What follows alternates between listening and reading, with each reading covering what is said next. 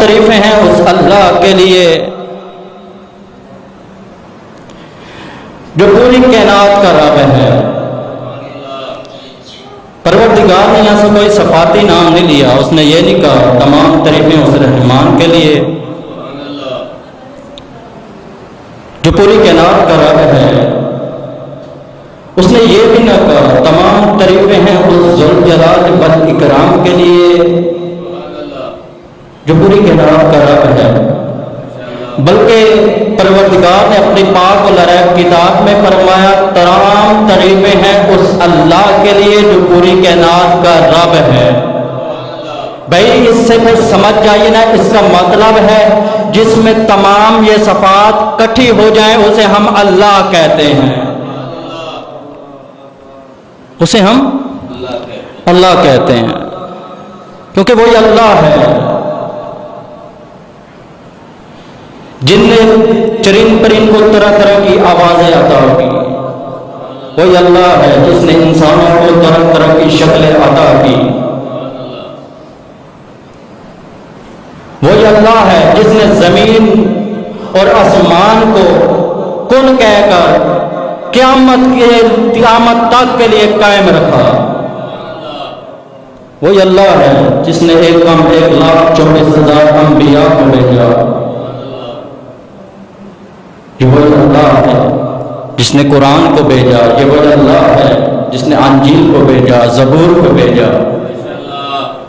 اس کا مطلب ہے آدم بولتا ہے تو اللہ کی مرضی سے، یحییٰ بولتا ہے تو اللہ کی مرضی سے، فرشتہ زندگی دیتا ہے تو اللہ کی مرضی سے، فرشتہ موت دیتا ہے اللہ کی مرضی سے، فرشتہ بارش برساتا ہے اللہ کی مرضی سے، بھائی قرآن آیا اللہ کی مرضی سے، انجیل آئی اللہ کی مرضی سے، زبور آئی اللہ کی مرضی سے۔ اس کا مطلب ہے ہمارا آخری امام آئے گا اللہ کی مرضی سے، قیامت آئے گی اللہ کی مرضی سے۔ بھائی جہل ملا تو کہتا ہے نا سینے پہ ہاتھ کیوں مارتا ہے، ادنیٰ طالب علم چمن سلطان میں بیٹھ کر تاریخی جملہ دے جا رہا ہے۔ بھائی اس کائنات میں جتنی بھی چیزیں ہیں اللہ کے حکم سے قائم ہے۔ بھائی آدم بولا اللہ کی مرضی سے، عیسیٰ بولا اللہ کی مرضی سے، یحییٰ بولا اللہ کی مرضی سے، فرشتہ زندگی دیتا ہے اللہ کی مرضی سے، فرشتہ موت دیتا ہے اللہ کی مرضی سے، قرآن آیا اللہ کی مرضی سے، انجیل آئی اللہ کی مرضی سے، زبور آئی اللہ کی مرضی سے۔ بھائی اس کائنات میں اللہ کی مرضی کے علاوہ ایک پتا نہیں ہل سکتا، تو ہمارا اللہ کی مرضی کے بغیر ماتم کے لیے ہاتھ کیسے ہل سکتا ہے؟ بھائی ہمیں اس پروردگار نے حکم دیا، یہ آپ کے سامنے یہ ذی الحج کا مہینہ چل رہا ہے، یہ ایک خواب ہے، اس خواب سے ہمیں کربلا دکھائی گئی، محرم دکھایا گیا ہے، یہ بھی 10 دن، کربلا کی داستان بھی 10 دن ہے، اور ہمارے یہ ہاتھ حکم خدا کے علاوہ ہلتے ہی نہیں، اس نے ہمیں حکم دیا۔ بھائی دیکھیے اب میں نے کہا الحمدللہ رب العالمین، تمام تعریفیں ہیں اس اللہ کے لیے جو پوری کائنات کا رب ہے۔ چلے جائیے اردو گرامر میں، جس کی تعریف کی جائے اسے محمود کہتے ہیں، اور اسے محمود میں چاہ میں پہچانا جاؤں تو اس نے محمد کو خلق کیا، اور محمد کا مطلب ہے جس کی زیادہ تعریف کی جائے۔ یہاں پہ مل پہ فتویٰ لگ سکتا ہے، یہ کیا اللہ کے لیے کہہ رہے صرف تعریف کس کی جائے، اور محمد کا کہہ رہے جس کی زیادہ تعریف کی جائے، کہ معاذ اللہ سے محمد کو بڑھا رہا ہے۔ بھائی میں نہیں بڑھا رہا، بھائی جس کی پوری کائنات تعریف کرے اسے محمود کہتے ہیں۔ محمود جس کے قرآن میں قسمیں اٹھا کر محمد کی تعریف کرے اسے محمد مصطفیٰ کہتے ہیں، اور محمد مصطفیٰ جس کا ہاتھ قرآن کر کے من کنتو مولا کا اعلان کرے اسے ہم علی ابن ابی طالب کہتے ہیں، اسے ہم علی ابن ابی طالب کہتے ہیں۔ یہ بھی حکم خدا ہے، ہم اپنی مرضی سے ان کو مولا نہیں مانتے. انشاءاللہ آپ کے سامنے آ رہا ہے 18 ذی الحج آ رہی ہے. انشاءاللہ بڑے زور و خروش سے یہاں پہ جشن منائے جائیں گے. غدیر کے بارے میں بتایا جائے گا. لوگ غدیر کو سمجھ جاتے نا آپ جہنم نہ بنتی. یہ ولایت ہے نا یہ واجب ہی غدیر سے ہوئی ہے. اور غدیر اتنا بڑا ایک راز ہے, اس راز کو آج تک کسی نے بیان نہیں کیا. آج تک کسی کو یہ پتہ نہیں چلا کہ اس لانتی پر جو پتھر آیا تھا کھائے ہوئے بوسے کی مانند ہو گیا تھا, وہ پتھر آیا کہاں سے تھا. میں نے تاریخ طبری میں پڑھا ہے, ہم نے قصیدہ پڑھا ہے, یہ پتھر آیا کدھر سے تھا. بڑی تفصیلاً گفتگو ہے. اور مولا علی کے دشمن کو گھر کرنے کے لیے پروردگار نے کئی ہزار پہلے ڈیوٹی لگا دی تھی اس پتھر کو پھینکنے کے لیے. کوئی ہزاروں سال بعد آئے گا, علی کی ولایت کو جھٹلائے گا, تیرا کام ہے صرف پتھر پھینکنا. انشاءاللہ میری کوشش ہوگی کہ میں آج وہ ایک پتھر بیان کر جاؤں وہ آیا کہاں سے تھا. قرآن میں بھی قصیدہ پڑھا ہے, بسم اللہ الرحمن الرحیم, سورۃ مائدہ آیت نمبر 67. یا ایھا الرسول بلغ ما انزل الیک من ربک وان لم تفعل فما بلغت رسالتہ. اے رسول جس چیز کا تمہیں حکم دیا گیا ہے لوگوں تک پہنچا دو. اگر تم نے یہ کام نہ کیا تو تم نے رسالت کا کچھ نہیں کیا. امام محمد باقر علیہ السلام سے پوچھا گیا, سلوات پڑھ لیجیے ان کی عظمت سے, اللہم صلی علی محمد و آل محمد. پوچھا گیا مولا اتنے سخت لفظ پروردگار کے اگر یہ حکم نہ پہنچایا تو آپ نے رسالت کا کچھ نہیں کیا. کس کی فضیلت میں یہ ہے؟ مطلب جبریل میرے پاس آئے, ہمارے رسول کے پاس آئے, انہوں نے نماز کا حکم دیا. ہمارے رسول نے نماز کا حکم دے کر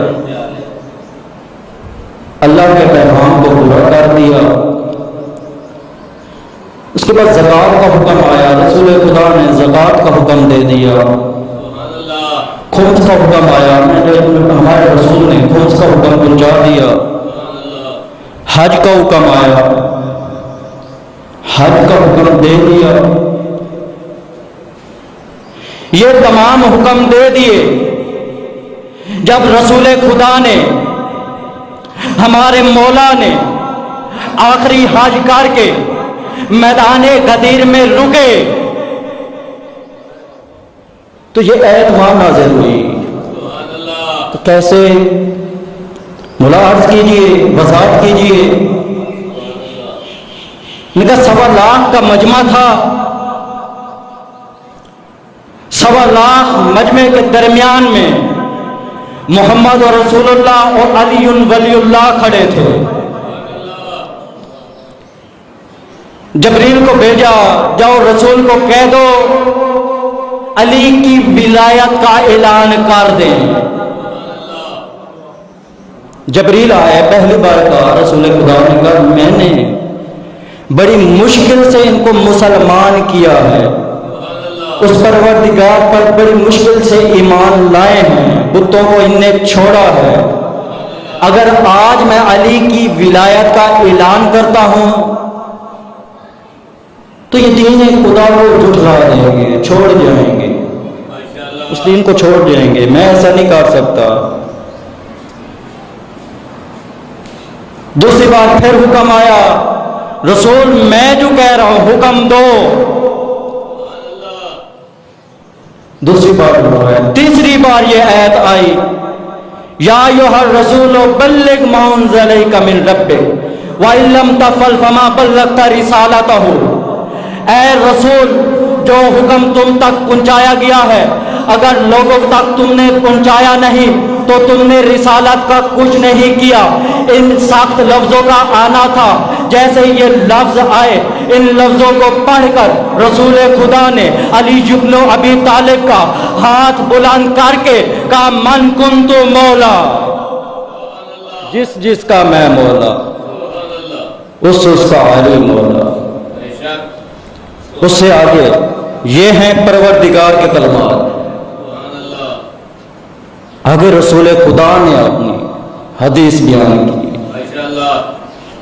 انہوں نے کہا پروردگار کہہ رہا ہے مجھے مولا مانو اور اس کے بعد علی کو مولا مانو۔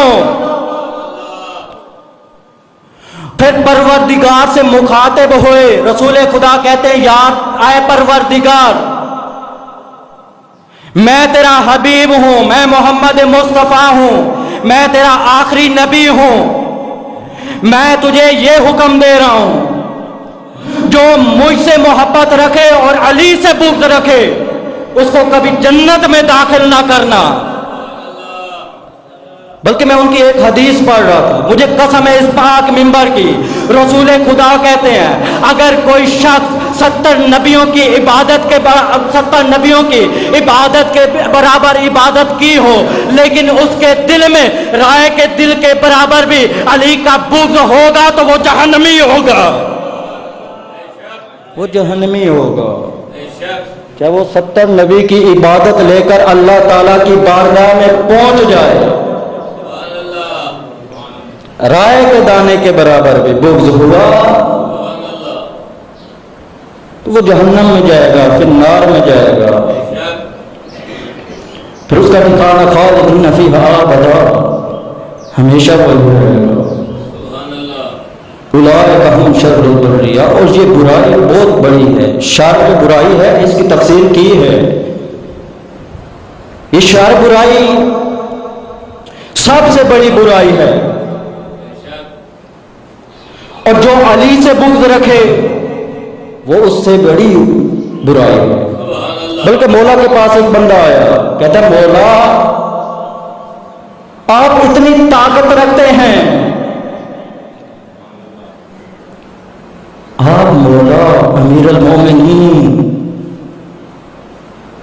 آپ جو کہتے ہیں وہ ہو جاتا ہے۔ رسول خدا کے بعد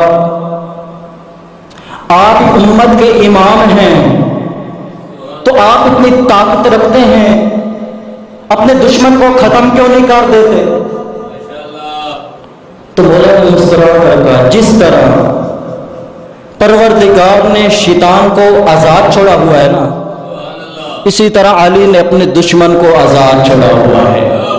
بھائی یہیں سے سمجھ جائیے نا، اس کا مطلب ہے اس کائنات میں دو طرح کے شیطان ہیں، ایک وہ شیطان جو اللہ سے بغض رکھتا ہے، دوسرا وہ شیطان جو علی بن ابی طالب سے بغض رکھتا ہے۔ دوسرا وہ شیطان جو علی بن ابی طالب سے بغض رکھتا ہے۔ پھر صرف غدیر میں اعلان نہیں ہوا، آپ سمجھ رہے ہیں صرف اعلان ہوا، اعلان صرف نہیں ہوا بلکہ وہ میدان 3 دن سجا رہا، اور ہر شخص سے مخاطب رسول خدا مخاطب ہو کر کہتے رہے گئے جاؤ علی کو مولا بننے کی مبارک دو۔ ایک صحابی کو کہا، کل کو کوئی یہ نہ کہے ہم پیچھے کھڑے تھے ہمارے تک آواز نہیں پہنچی، 1.25 لاکھ کا مجمع تھا، ہم بالکل آخر میں کھڑے تھے، ہم دیکھ نہیں پائے۔ اسی بات کو ختم کرنے کے لیے 3 دن میدان سجا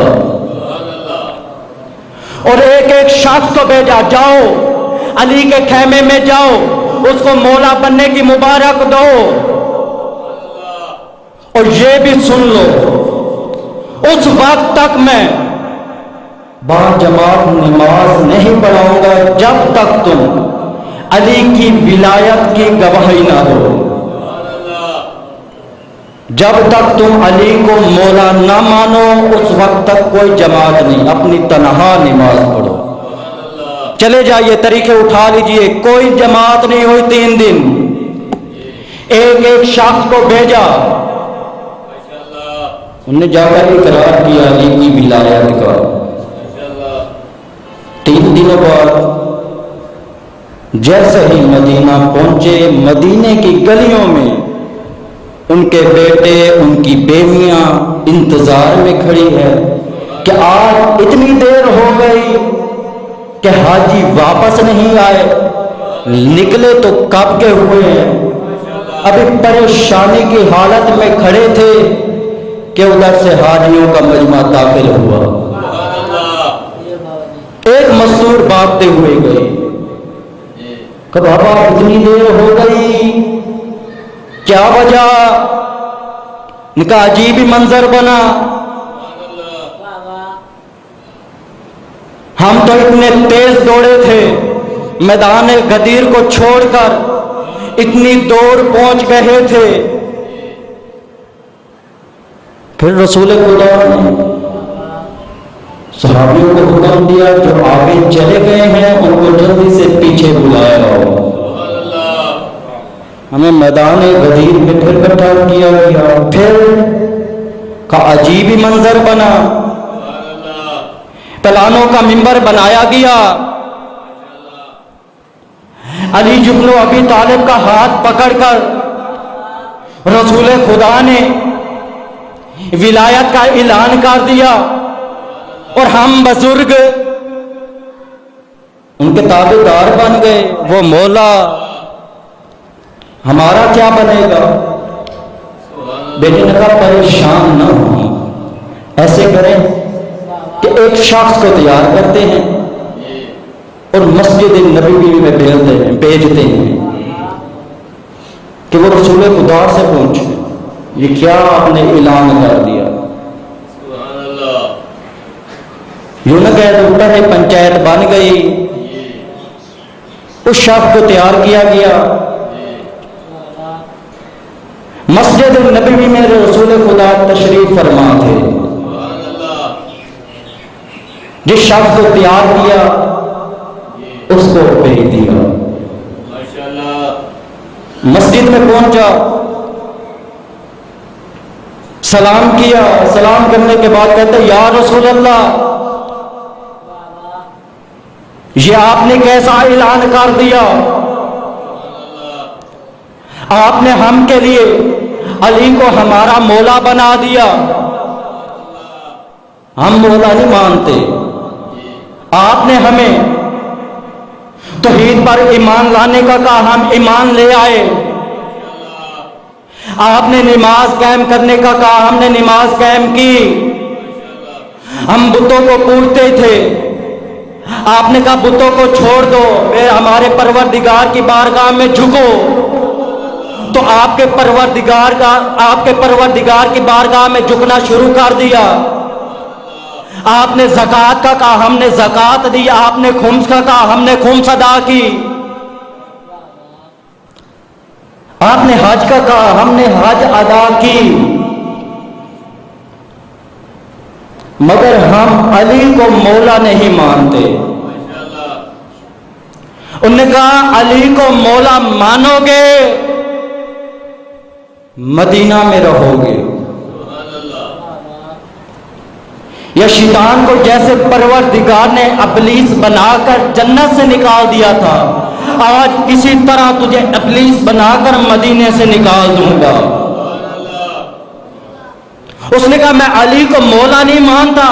اگر آپ کو پروردگار نے حکم دیا ہے نا, اس پروردگار کو کہیں مجھ پر عذاب نازل کریں, مجھ پر عذاب نازل کریں. آپ کے پروردگار کا حکم ہے. تو چاندی منٹ بعد مسجد نبی کی چوکھٹ سے باہر نکلنا تھا کہ ایک پتھر آیا جو اس کے سر سے گھسا, گھومتا گھومتا اس کی ہڈیوں کو چور چور کرتے کرتے اسے کھائے ہوئے بوسے کی مانند کر دیا. اس کا گوشت بچ گیا, ہڈیاں ختم ہو گئی, ایک گوشت کا لوتھڑا بچ گیا، وہ بھی اتنا بدبودار، کوئی اس کے قریب نہیں جاتا تھا۔ بھائی دیکھیے، یہی شخص تھا جو کچھ دیر پہلے کہہ رہا تھا میں نے نماز ادا کی ہے، میں نے زکوٰۃ دی ہے، میں نے خمس ادا کیا ہے۔ اس کا مطلب اس کی نماز اس کے کام نہ آئی، اس کی زکوٰۃ اس کے کام نہ آئی، اس کا خمس اس کے کام نہ آیا، اس کا حج ادا کیا ہوا اس کے کام نہ آیا۔ صرف اس کا گناہ یہی تھا کہ علی کی ولایت کو جھٹلایا تھا۔ یہ منظر رسول خدا کے پاس پہنچا۔ یا رسول اللہ، آپ نے اپنے پروردگار سے ہماری شفاعت کی دعا کی تھی کہ ہماری امت پر میرے ہوتے ہوئے بھی اور میرے جانے کے بعد بھی عذاب نہیں نازل کریں گے۔ یہ کیا آپ کی موجودگی میں آپ کے چاہنے والے پر پروردگار نے عذاب نازل کر دیا؟ یہ کیا آپ کی موجودگی میں؟ نمازی تھا، پریزی تھا، زکوٰۃ دیتا تھا، خمس ادا کرتا تھا، اور آپ کی موجودگی میں پروردگار نے اس کو عذاب دے دیا۔ رسول خدا بھاگتے ہوئے مسجد نبوی کی چوکھٹ سے باہر نکلے، اس شخص کو کھائے ہوئے لوتھڑے کی مانند دیکھا، دیکھ کر پریشان ہوئے۔ پھر کہتے ہیں پروردگار کی بارگاہ میں التجا کی، اے پروردگار، آپ نے تو مجھ سے وعدہ کیا تھا کہ آپ میری امت پر عذاب نہیں نازل کریں گے، اور یہ کیا میری موجودگی میں ہی اس پر عذاب نازل کر دیا۔ پروردگار نے کہا یا رسول اللہ، ذرا مجھے یہ بتاؤ، اے میرے حبیب، اے محمد مصطفیٰ، ذرا مجھے یہ بتاؤ، علی نے تیرے اور میرے دشمن کو چھوڑا؟ کہا نہیں چھوڑا۔ انہوں نے کہا پھر مزاج کو سمجھ جاؤ نا، جس طرح علی نے تیرے اور میرے دشمن کو نہیں چھوڑا، میں علی کے دشمن کو کیسے چھوڑ سکتا ہوں؟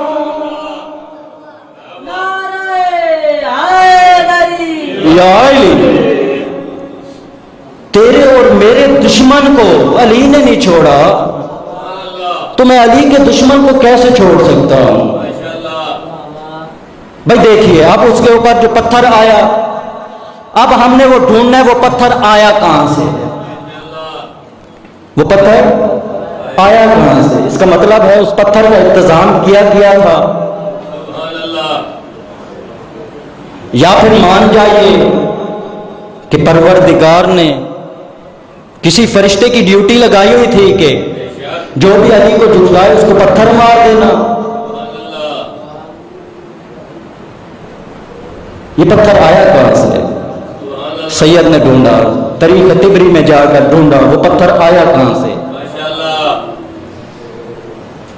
تاریخ طبری والے کہتے ہیں جناب ابو طالب، ان کے بابا ابو مطلب علیہ السلام، ان کے دور میں ان کی قوم ابو مطلب کے کہنے پر ایمان لے آئی، انہوں نے بھی بڑی توحید کے کلمے پڑھے، بتوں کو چھڑا دیا، بڑی مشکل سے کچھ لوگ مسلمان ہوئے، بڑے شرارتی ہیں، عربی جو ہیں بڑے شرارتی ہوتے ہیں،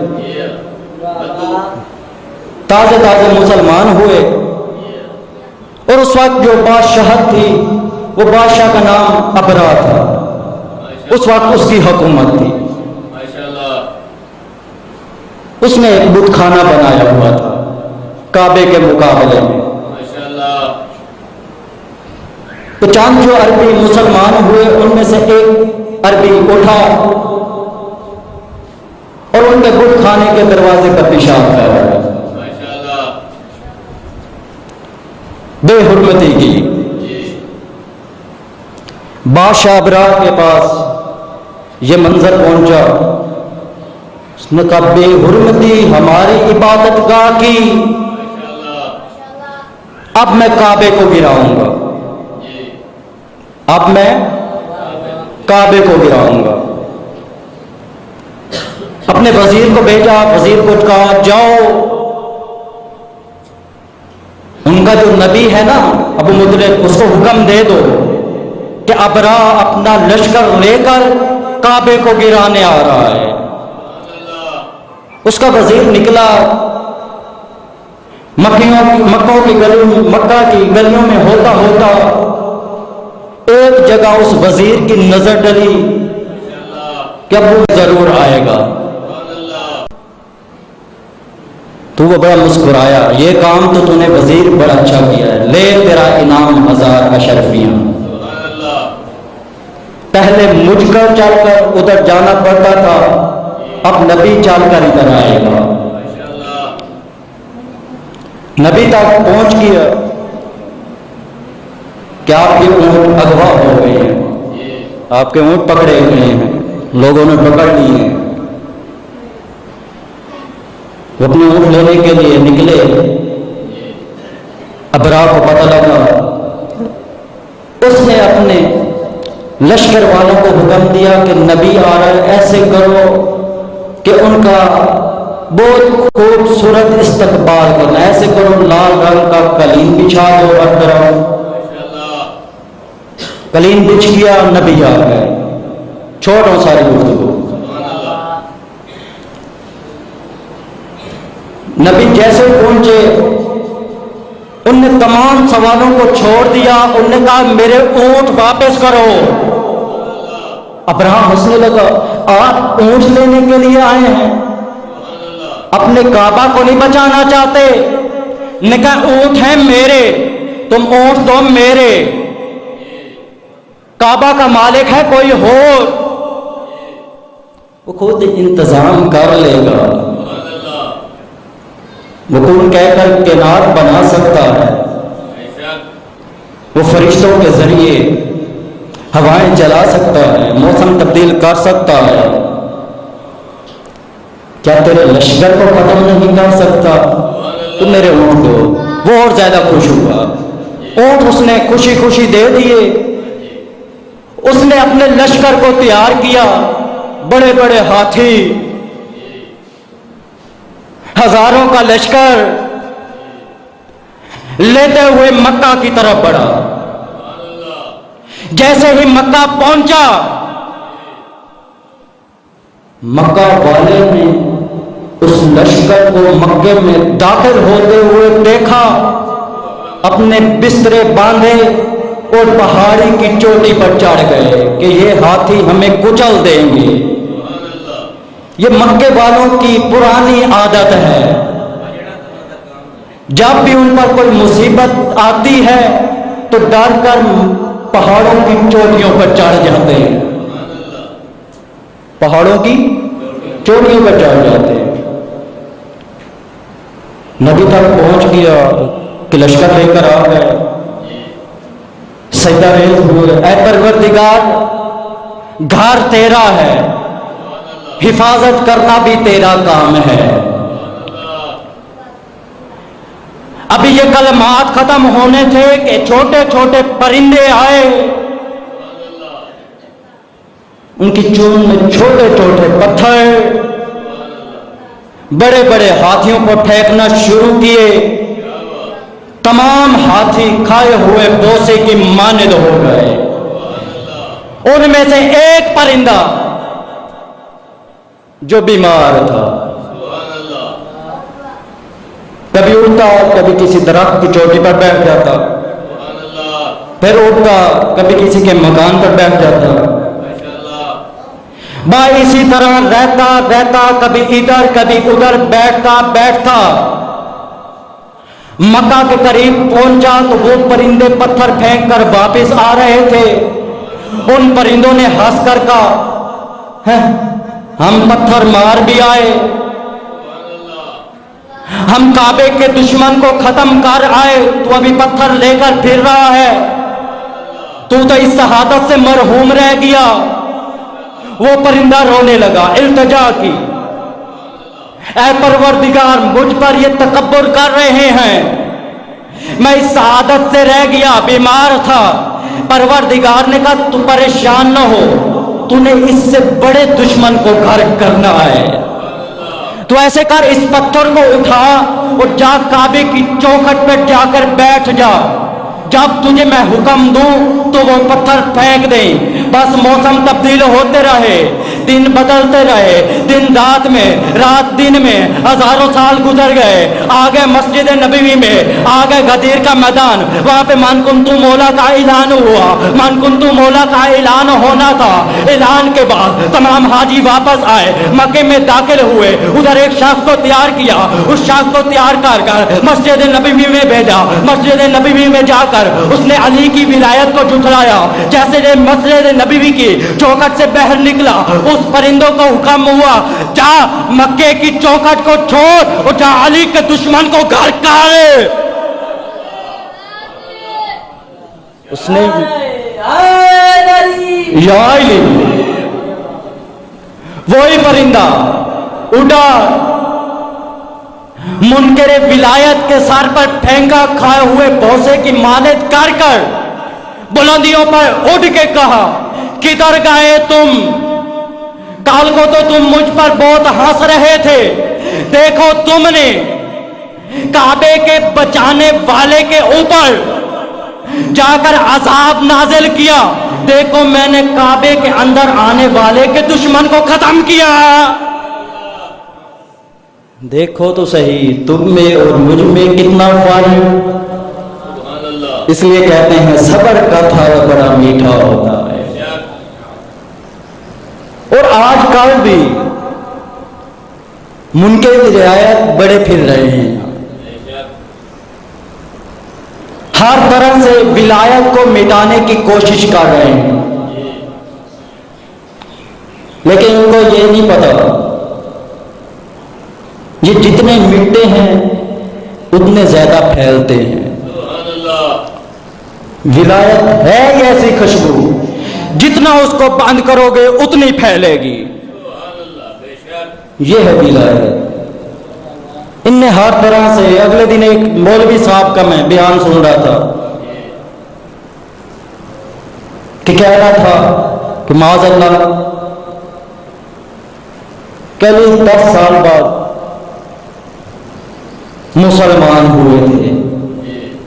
چلو بھائی آپ کی بات پر میں اپنا طالب علم متفق ہو گیا کہ معاذ اللہ مولا علی 10 سال بعد مسلمان ہوئے، میں نے تیری بات کو مان لیا، ذرا مجھے یہ تو بتا کہ کعبے کے ٹوٹل نام کتنے ہیں؟ کعبے کے ٹوٹل نام کتنے ہیں؟ تاریخ میں نے سرچ کیا، مجھے 5 نام ملے۔ کعبے کا پہلا نام ہے کعبہ۔ کعبہ کا مطلب ہے بلند مقام، اور مولا علی کا تھوڑا مقام تھا کہ انہیں کعبے میں آنا تھا۔ کعبے کا دوسرا نام ہے قبلہ۔ قبلہ کا مطلب ہے جس کی طرف منہ کر کے عبادت کی جائے۔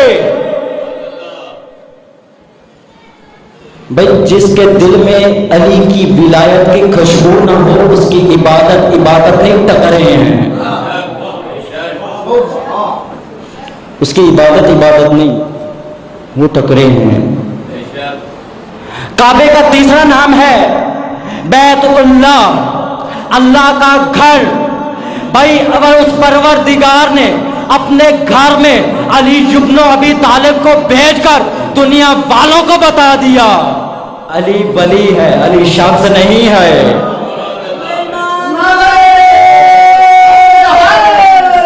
یا علی، بھائی جملے کو بڑھا نہ دوں، بھائی جس علی کے بغیر کعبہ نہیں پاک ہو سکا تو تیرا دل کیسے پاک ہو سکتا ہے؟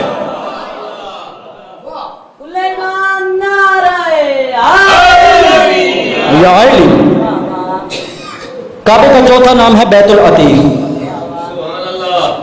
بیت العتیق کا مطلب ہے جو عذاب سے خالی ہو، اور جو علی سے بغض رکھے خدا تو قرآن میں فرما دیتا ہے فی نار جہنم خالدین فی ابدا. بھائی جو کعبے کو جھٹلاتا ہے اس پر بھی عذاب نازل ہوتا ہے، جو علی کی ولایت کو جھٹلاتا ہے اس پر بھی عذاب نازل ہوتا ہے. اس کا ٹھکانہ ہے فی نار، فی النار اس کا ٹھکانہ ہے. کعبے کا پانچواں نام ہے بیت الحرم. آئیے حضرت طالب علم یا پاک منبر پر بیٹھ کر اس کے سوال کا جواب دے کر جا رہا ہے. بیت الحرم کا مطلب ہے جدھر ایک منٹ کے لیے بھی مشرک کا داخلہ منع ہو، جدھر ایک منٹ کے لیے بھی مشرک کا داخلہ منع ہے. آئیے اپنا طالب علم بستی چمن سلطان میں تاریخی جملہ دے جا رہا ہے. بھائی دیکھیے کعبہ ہے اللہ کا گھر، کوئی مشرک ایک منٹ کے لیے بھی کعبے میں داخل ہونے کی کوشش کرے بازو پکڑ کر باہر نکال دیا جاتا ہے. تو کافر ہے، تو مشرک ہے. ذرا مجھے یہ تو بتا، اگر علی ابن ابی طالب 10 سال تک مشرک رہے تو کعبے میں کیوں آئے؟ یا قلم ملتا پیغمبر کو ایسا کام کر جاتے. آج تک شعر نہیں پڑھا. ربائی آپ کے ذوق و سماعت کو دیکھ کر میری زبان پر آ گئی ہے. قلم ملتا پیغمبر کو ایسا کام کر جاتے. منافق موت سے پہلے ہی اپنی موت مر جاتے. رجب کی 13ویں کو علی آتے نہ کعبہ میں، حاجی حج ادا کرنے ابو طالب کے گھر جاتے.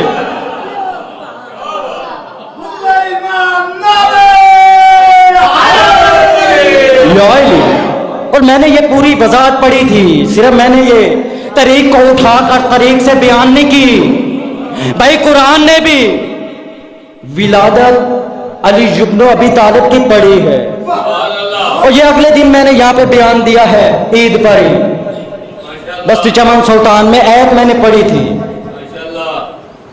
اور چلے جائیے اپنا طالب علم پوری گارنٹی کے ساتھ کہتا ہے جو قرآن کی ایت پڑھو اس کو سرچ کیجئے. اور میری شیعوں سے بات نہیں ہوتی، ہمیشہ سنیوں سے ہوتی ہے، کیونکہ وہ ہمارے بھائی ہیں. ہمارے تو بچے بچے کو پتا ہے. ولادت صرف ہمیں کتابوں میں نہیں ملی، ہمیں قرآن میں بھی ملی ہے. خدا نے قرآن میں کہا ہے بسم اللہ الرحمن الرحیم ابراہیم. جلال مدینہ میں چند جملے میں نے پڑھے، انشاءاللہ مجھے ہی آپ نے سننا ہے جب تک کوئی ذاکر نہیں آتا. اور پریشان نہ ہوئیے، یہ نہ سمجھیے ہمارا بیٹا ہے تو نہیں بولیں گے. جی پروردگار قرآن کی آیت کی تفسیر بیان کر رہا ہے، اور بہت پیارا انہوں نے قصیدہ پڑھا ہے. بسم اللہ الرحمن الرحیم ابراہیم طہر بیت للطائفین والعاکفین والرکع والسجود. ابراہیم کعبے کو پاک رکھو للطائفین طواف کرنے والوں کے لیے،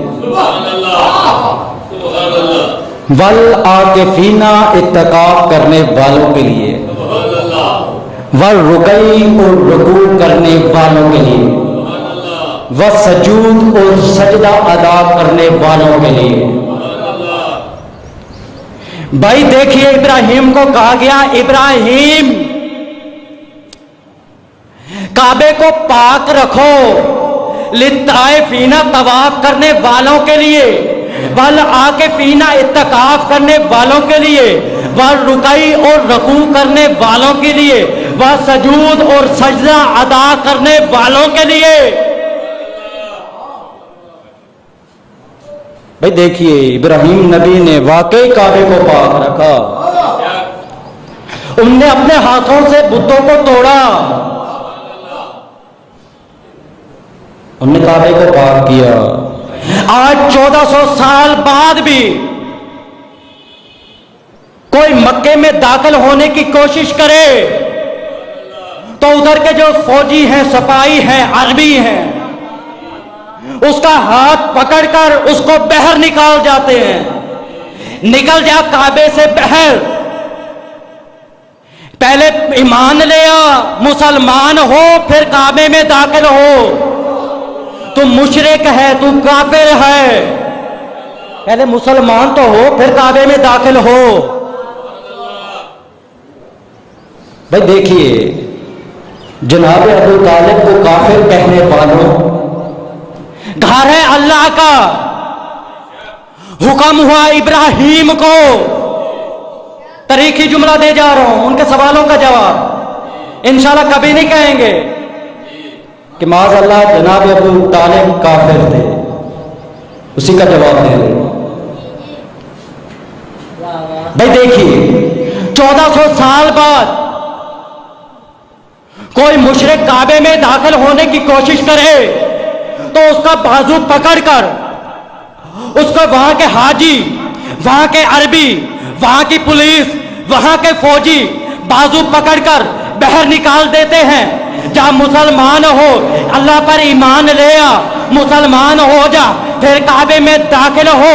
بھائی جس کعبے کو ابراہیم نے پاک کیا، اگر کوئی مشرک کافر داخل ہونے کی کوشش کرے تو اس کا بازو پکڑ کر باہر نکال دیا جاتا ہے. بھائی جس محمد کو اللہ پاک رکھے، بھائی وہ کافر کی جھولی میں کیسے؟ یا علی، وہ کافر کی جھولی میں کیسے؟ ان کو پالا ہی جناب ابو طالب نے، ان کی جھولی میں کھیلے. بھائی جن کی پاک رکھنے کی ذمہ داری خود اللہ لے. انما یرید اللہ لیذھب، میں نے ارادہ کیا ہے، پروردگار کہتا ہے میں نے ارادہ کیا ہے، تم سے ہر طرح کے رزق کو میں دور رکھوں گا، نجاست کو میں دور رکھوں گا. کوئی نجاست تم کے قریب نہیں آ سکتی. اور بے شک انہوں نے نجاست کو پاک رکھا. کئی نجاست سے اب تک اس مجلس سے دور ہیں. بھائی علی کی ولایت کی خوشبو ان کے دلوں میں اتری نہیں، اس لیے وہ اس مجلس میں آ سکتے نہیں. اور ولایت علی ادھر ہے جس کے دل میں تھوڑی سی بھی خوشبو علی پائی جائے،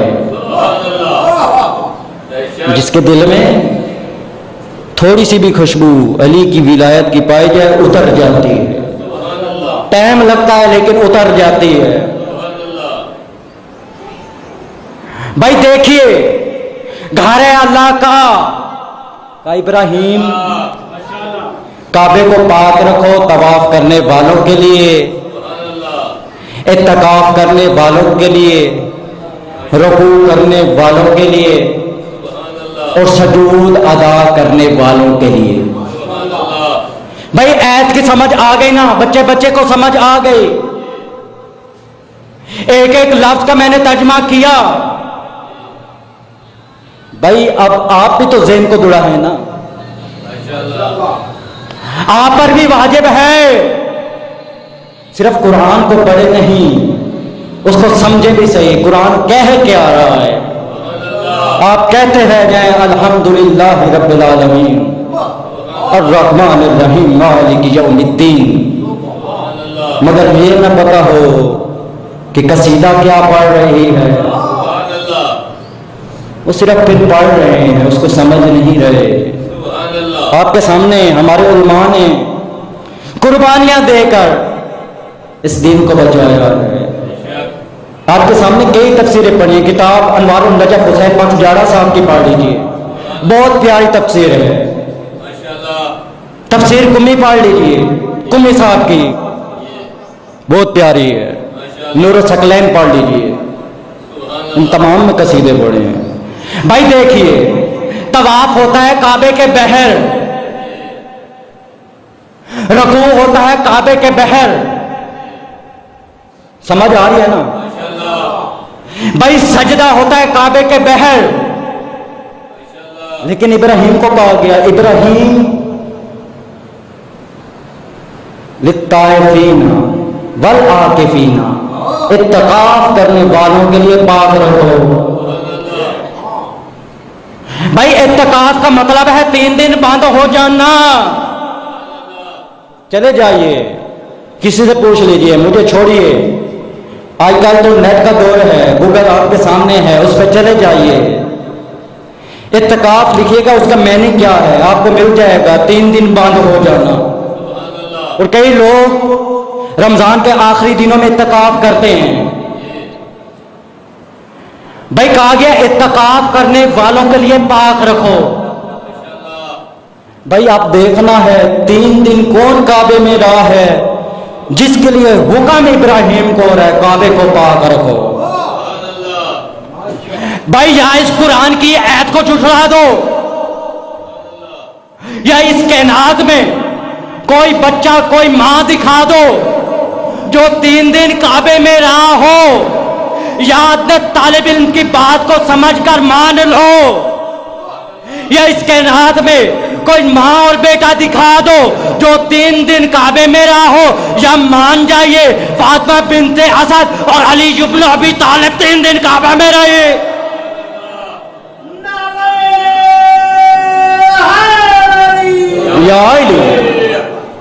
یا پھر مان جائیے واقعی کوئی گھسنے کی کوشش کرے نکال دیا جاتا ہے،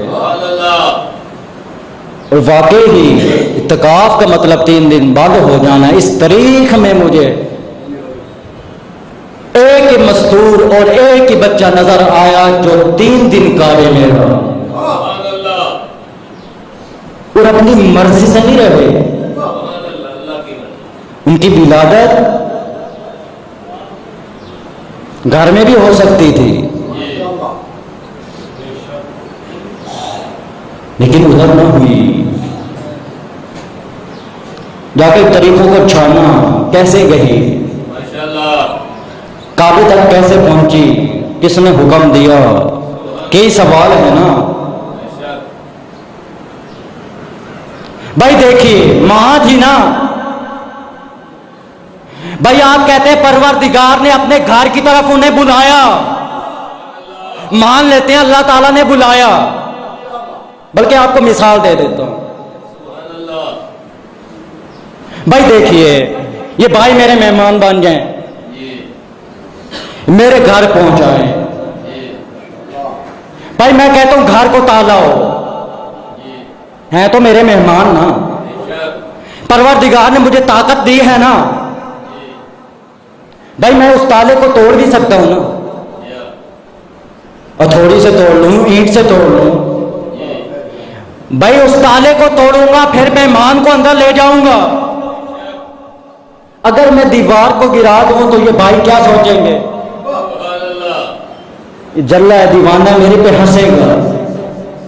اتنی بھی عقل نہیں ہے کہ تالے کو توڑ لیتا، دیوار گرا دی ہے تالے کو نہیں توڑا۔ بھائی یہ سوال ہم کرتے ہیں پروردگار سے، اے پروردگار تو نے جو فاطمہ بنت اسد اور علی بن ابی طالب کو اپنے گھر بلایا تھا، تو کن کہہ کر کائنات بنا سکتا ہے، کیا فرشتوں کو بھیج کر تالا نہیں توڑوا سکتا تھا؟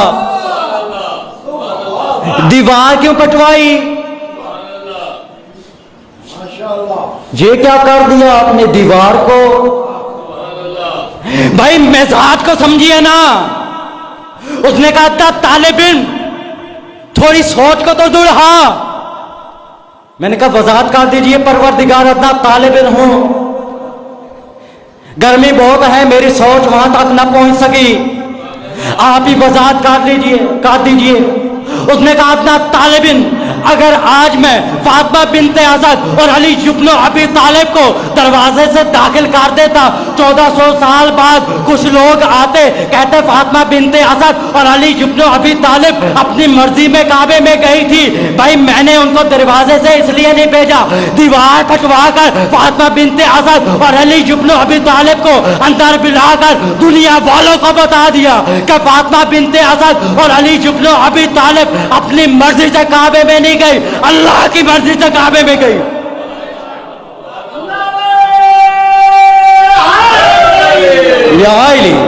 آگے ہیں ذاکر صاحب، بہت خوبصورت انداز میں آپ کو قصیدے سنائیں گے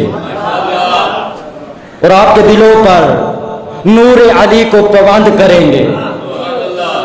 ماشاءاللہ بہت پیارا پڑھتے ہیں، بھائی بھی ہیں میرے، ہیں چھوٹے لیکن لگتے بڑے ہیں اور خوشبو پھینکتے اپنی آواز سے۔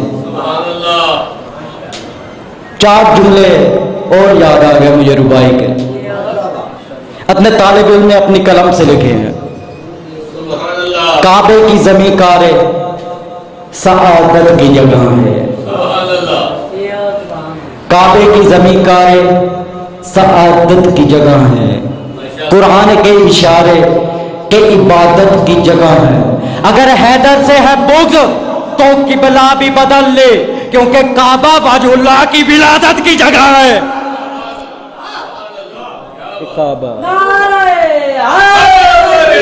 یا علی بس عزاداروں، عزت بھی بڑی تھی تو غربت بھی بڑی تھی، پرسہ دینے آئے ہو نا، ہم تو وہ مومن ہیں ہماری عید بھی غم میں گزرتی ہے، جب تک ہمارے آنکھ سے خون کے آنسو نہ نکلے اس وقت تک ہم کو چین نہیں آتا۔ بڑا ظلم کیا عزادار، ان نواسہ رسول سمجھ کر ظلم نہیں کیا، بلکہ علی کا بیٹا سمجھ کر ظلم کیا۔ اجرکم من اللہ عزادار، مولا حسین بادشاہ نے اپنے ایک سفیر کو تیار کیا، اور سفیر ہونا ہی ایسا چاہیے جو ہے دشمن کا ڈٹ کے مقابلہ کرے اور پیغام پہنچائے۔ مولا نے خط لکھا، خط لکھ کر مسلم بن عقیل کو دیا، کہا مسلم یہ خط کوفے میں لے جاؤ، جیسے کوئی خبر ملے میرے تک پہنچا دینا اور میں آ جاؤں گا۔ تیار ہوئے، خیمے سے نکلے، سواری پر سوار ہوئے، کوفے پہنچ گئے۔ بڑا پیارا انہیں استقبال کیا، ظاہری طور پر کیا، باطن میں تو ان کے ہاتھوں میں خنجر تھے اور تیر تھے اور تلواریں تھی۔ تھے کوفے والے تمام مسلمان، لیکن ان میں سے ایک ہی مسلم تھا۔ عزادار بڑا ظلم کیا، کوفے والوں نے وفا نہیں کی مولا کے ساتھ۔ پہنچ گئے کوفے میں، خط لے کر خط بیان کیا، اور پہلے لفظ ہی یہی تھے، کوفے والوں السلام علیکم، بسم اللہ الرحمن الرحیم۔ پہلا لفظ یہ تھا، کوفے والوں جس سفیر کو میں نے آپ کی طرف بھیجا ہے نا، میرا چاچا زاد بھائی ہے اور میرا سفیر ہے، اور اس سے وفا کرنا جیسے تم مجھ سے وفا کرتے۔ عزیزانو، پہلے تو بہت اچھا استقبال کیا، مسلم بن عقیل نے خط لکھا، کہا تمام مسلمان ہو گئے، مولا آپ آ جائیے۔ لیکن کیا پتا تھا مسلم بن عقیل کو کہ یہ چہرے بدل جائیں گے۔ کوفے کی مسجد میں گئے، نماز کے لیے کھڑے ہوئے، جماعت کرانے کے لیے کھڑے ہوئے۔ جماعت جب کرا رہے تھے نا، ترین کہتے ہیں 30,000 بندہ پیچھے کھڑا تھا، جب نماز ختم ہوئی ہے تو ایک بھی بندہ نہ تھا۔ یہ منظر دیکھ کر مسلم بن عقیل رونے لگے، رو رو کے کہتے میں نے تو مولا کو خط بھیج دیا، مولا کوفہ آ جائیے، لیکن کوفے والوں کے تو رنگ ہی بدل گئے۔ روتے ہوئے کوفے کی گلیوں میں بھاگنا شروع کیا، کبھی کسی چوکھٹ پہ بیٹھتے، کبھی کسی چوکھٹ پہ بیٹھتے۔ آخرکار ایک چوکھٹ پہ بیٹھے تھے، ایک بوڑھی مستور آئی، اے شخص کیا تیرا گھر نہیں ہے؟ کب سے دیکھ رہے ہو کبھی اس چوکھٹ پہ بیٹھ رہے، کبھی اس چوکھٹ پہ بیٹھتا ہے، کیا وجہ ہے؟ کیا تیرا گھر نہیں ہے؟ کہ میرا کوئی گھر نہیں ہے۔ کہا ہو کہاں سے؟ کہا کوفہ سے۔ کہا تم کوفہ سے ہو؟ کیا تم مسلم بن عقیل تو نہیں؟ مومنہ تھی۔ کہا بے شک میں مسلم بن عقیل ہوں۔ کہا پریشان کیوں ہوتے ہیں؟ آؤ میرے گھر میں آرام کرو۔ پہنچ گئے اس بڑھیا کے گھر، کچھ دیر آرام کیا، آرام کر ہی رہتے ہیں کہ خواب میں علی بن ابی طالب آئے۔ کہا مسلم بن عقیل تجھے میں لینے آ گیا ہوں۔ یہ لفظ سننے سے مسلم بن عقیل روتے ہوئے کھڑے ہوئے، ان کو سمجھ آ گئی کہ آج میرا آخری دن ہے، مجھے مولا ملانے آ گئے۔ وضو کیا، نماز کے لیے کھڑے ہوئے، نماز کے لیے جیسے ہی کھڑا ہونا تھا باہر سے آوازیں آنی شروع کی۔ آوازیں آئی، کسی کے گھر میں مسلم بن عقیل ہے تو باہر بھیج دو، اگر کسی گھر سے برآمد ہو گیا اس گھر کو آگ لگا دیں گے۔ بڑھیا بھاگتی ہوئی آئی، مسلم بن عقیل کی نماز ختم ہوئی۔ کہا مسلم ایسے کرو چھپ جاؤ، فوج زیاد کی پہنچائی ہے، وہ آپ کو قتل کر دے گی۔ میرے بیٹے نے جا کر ابن زیاد کو بتا دیا کہ آپ ہمارے خیمے میں ہیں، کہ تم نے مجھ سے وفا کی ہے نا، میں تیرے گھر کو جلوانے نہیں دوں گا، تیری حفاظت کروں گا۔ اپنی تلوار نکالی اور کوفے کی گلی میں نکل آئے۔ پہلی بار 400 کا قافلہ آیا، ان کو فنار کیا، دوسرا قافلہ آیا فنار کیا، تیسرا آیا، جب چوتھے کو قافلے کا منگوایا نا، زیاد نے کہا یہ کیا کر رہے ہو؟ قافلے سے قافلہ منگوائے جا رہے ہو، شخص ایک آئے، اجروں کو میرا اللہ ذرا۔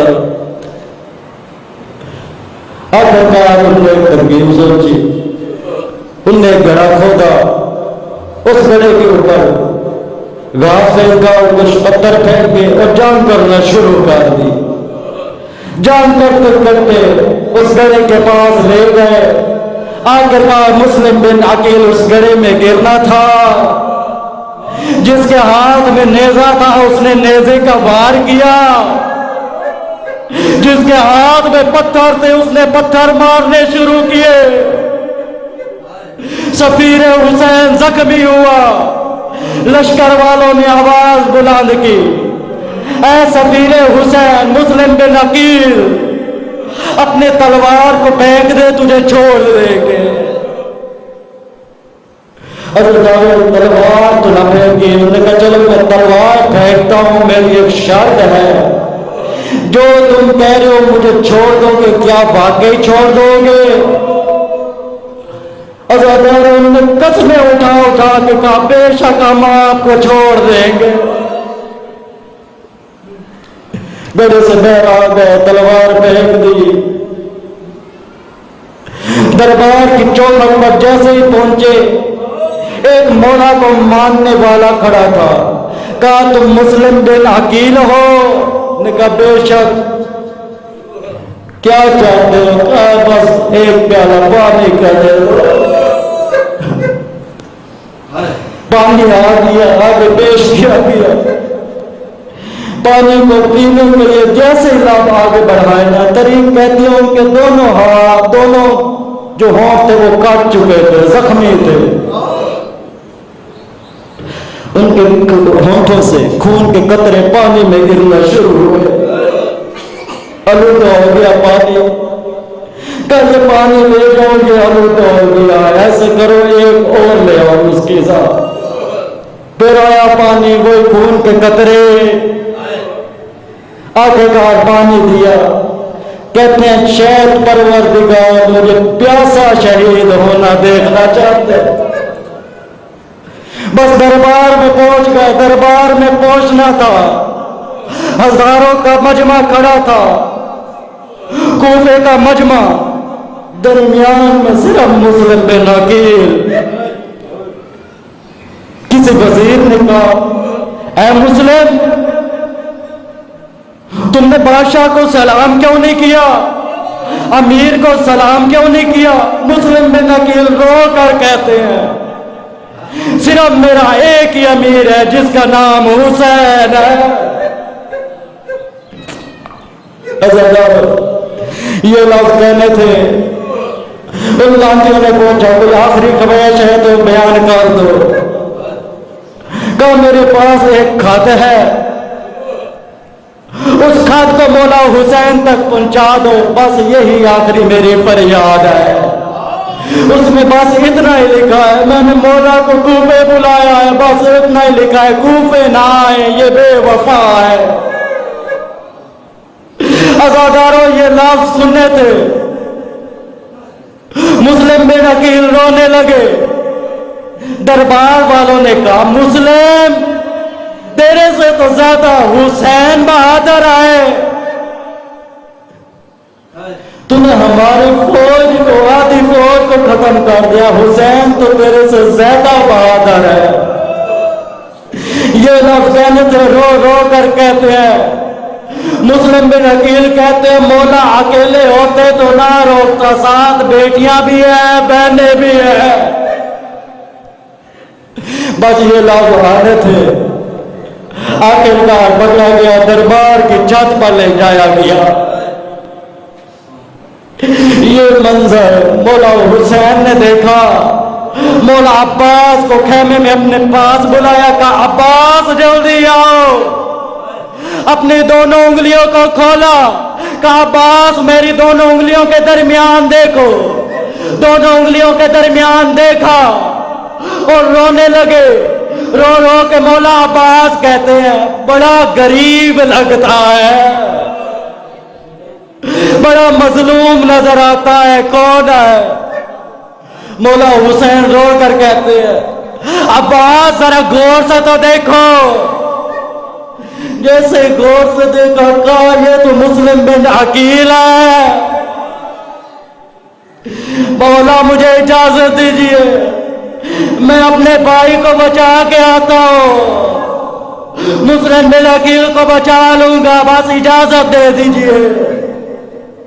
غربت ہے نا مولا عباس کی، کہیں اجازت نہ ملی۔ مولا حسن کے جنازے میں اجازت نہ ملی۔ جب مدینے سے نکلنے لگے، دربار میں گئے، ادھر اجازت نہ ملی جنگ کرنے کی۔ کربلا میں گئے تو ادھر بھی اجازت نہ ملی۔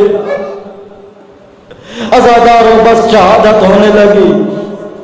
ان لانتیوں نے پٹی باندھی، ہاتھوں کو باندھا، پیروں کو باندھا۔ ایک لانتی نے تلوار کا وار کیا، سر تن سے جدا ہونا تھا، تن جا کر زمین پر گرا۔ دیکھا عجیب ہی منظر ہے، ایک مستور ہے جس نے چادر کو بلایا ہوا ہے، مسلم بن عقیل کو جولی میں لیا۔ یہ منظر مولا عباس دیکھ رہے تھے، رو رو کر کہتے ہیں مولا ذرا یہ تو بتائیے یہ مستور کون ہے؟ مولا حسین رو رو کر کہتے ہیں یہ میری ماں زہرا ہے۔